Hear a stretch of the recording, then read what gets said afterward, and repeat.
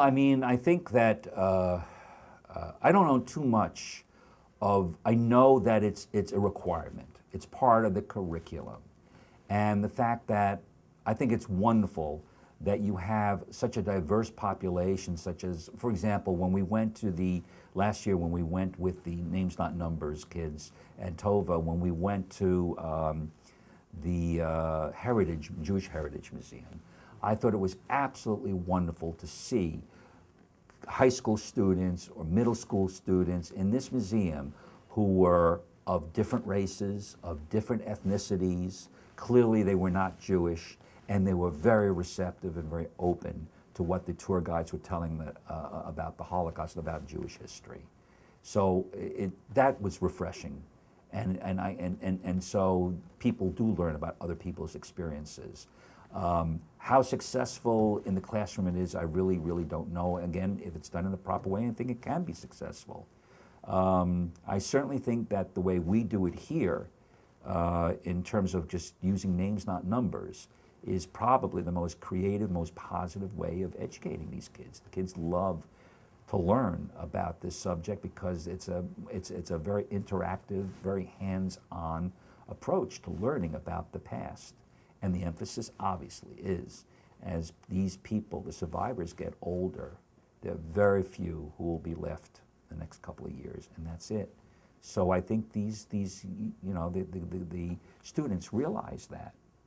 And so I think this is a very effective approach. I mean, I think there has been. I mean, it goes through different cycles. I think that there are I think there are things like film, like Schindler's List, for example, is very responsible for this resurgence of education. I think pop culture, I mean, you don't want to mix pop culture and the Holocaust, but that's what it is. It's a popular depiction of, it's feeding the people in the most creative way, in the most accessible way to learn about the Holocaust, and if it's done in a proper way. So I think that things like Schindler's List and other films and things that are done on TV, I think these are things that really regenerate Holocaust education. Well, my mother didn't want to talk much about it. I think that's tragic. I think if she had been more open about it and talked about it, she would have been maybe healthier. I think it is. But then again, you have to respect people's wishes.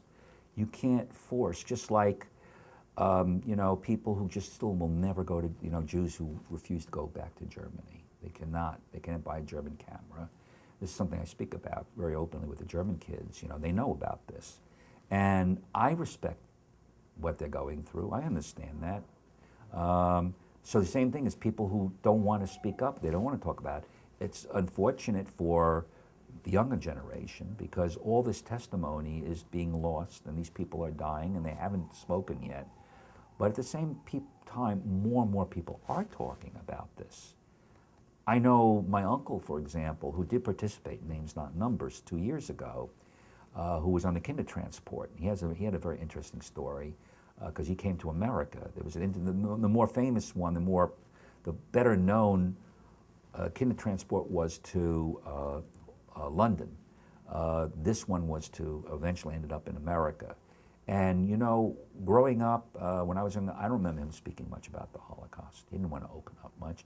Finally, Spielberg got to him and he started opening up. And I guess a lot of these people, as they get older, they begin to realize that maybe they should start speaking up. And I think it's age related as well.